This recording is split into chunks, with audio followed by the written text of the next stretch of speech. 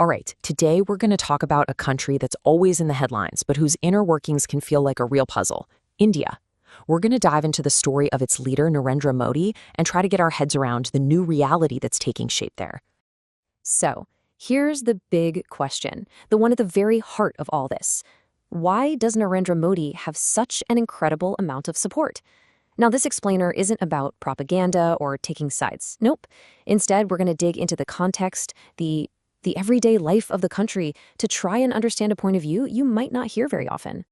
To really get at a grip on India today, you've got to appreciate just how complex it is. We're talking about one of the world's most ancient civilizations, a place shaped by unbelievable progress, but also some really deep historical wounds, especially from its colonial past. And that history, well, it sets the stage for everything we're about to talk about. So, to really understand why things changed so dramatically, we first have to rewind and look at how things were before. Let's explore the pre-Modi era, a time when this powerful feeling of just being stuck, of being frustrated, was bubbling up all across the country. For tens of millions of people, daily life was just a constant struggle.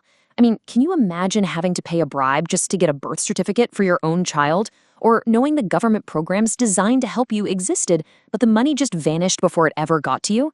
For a huge chunk of the population, life meant no bank account, unreliable electricity, if any, and not even the basic dignity of a private toilet.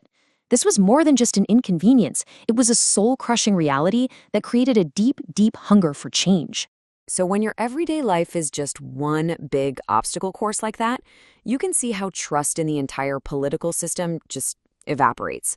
People felt completely left behind, totally ignored, and this feeling created a powerful nationwide demand for something and someone radically different. And that is precisely where Narendra Modi steps onto the stage.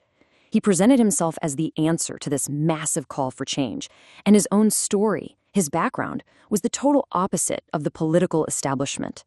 And this slide really lays it all out. The contrast couldn't be more clear. On one side, you have the traditional political class, often from powerful families with inherited wealth. And on the other side, you have Modi, a man who came from poverty, who famously worked at his family's tea stall as a boy. He lives this incredibly disciplined, almost monk-like life. And for so many Indians, that story made him feel like one of them, a credible, relatable outsider. This quote right here, it just nails his appeal. For his supporters, his simple lifestyle isn't just some old backstory they trot out. It's living proof of his authenticity. It creates this powerful bond, this sense that he's a leader who lives only for the nation and its people. He lives what he says. Okay, so that's the man. But what about the Modi magic in practice? Let's shift gears now from the personality to the policies, the real concrete changes his government put in place that had a direct and often immediate impact on the daily lives of millions. One of the first and biggest targets was corruption. See, the old system was infamous for middlemen who were just siphon off huge amounts of money meant for the poor. The new idea was actually brilliant in its simplicity. Just bypass them completely. Transfer government benefits directly into people's bank accounts. This one move cut out so much corruption, made things way more transparent, and for the first time, a lot of people felt like the state was actually on their side. Now, the engine behind this whole anti-corruption push was something even bigger, what you could call a quiet digital revolution. India launched this absolutely massive effort to bring hundreds of millions of its citizens into the digital world, and it completely changed how they deal with money and services. I mean, just stop and think about this number for a second. More than half of all the real-time digital payments in the entire world now happen in India. To put that in perspective, that's more than the United States, China, and Europe combined. This wasn't a small step. It was a giant leap that has literally reshaped the country's economy. And this isn't just some abstract number, right? This is happening on the ground, on every street corner. You can picture it, a street vendor, maybe with a small cart, no fancy equipment, just a basic phone. They can have a simple QR code, and customers can pay them instantly. It's free, and the money is in their account in seconds.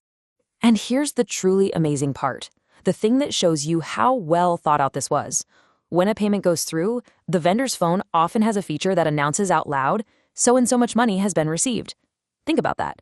It means the system is perfectly usable even for people who can't read. It's financial inclusion on a scale the world has never seen before. And it wasn't just about digital payments. A huge focus was put on something even more fundamental: basic human dignity. We're talking about massive national campaigns to build millions of toilets, to finally organize waste disposal, to get clean cooking gas to families in rural areas, and to roll out things like health insurance and pension plans for the poor. These might sound like simple infrastructure projects, but for the people receiving them, they represent a profound change in their quality of life. Now, we have to be really clear about this. Narendra Modi is, without a doubt, a hugely polarizing figure. There's a lot of significant, legitimate criticism of his politics. But to understand his ongoing support, our source material says we have to look at two competing realities that seem to exist at the very same time. And this is really the core argument. On one side, you have the external perception, what you might see in international headlines. It often focuses on big, abstract ideas, ideologies, and political battles. But for many of his supporters inside India, the reality is much more immediate. Their focus is on the concrete, tangible improvements they've actually seen and felt in their own lives. So what it all boils down to is this: for a massive part of the Indian population, life has genuinely gotten better in noticeable ways. And this isn't some abstract political theory for them. It's the feeling of having more dignity, of being able to participate in the economy, of feeling a greater sense of self-reliance. That lived experience, well, that's an incredibly powerful political force. And that brings us to the final, really provocative question our source material leaves us with. For the millions of people who feel their daily lives have fundamentally improved, what else matters? It's a question that really forces us to think about the different ways we measure political success and what's truly most important to voters on the ground. Thank you for joining me for this explainer.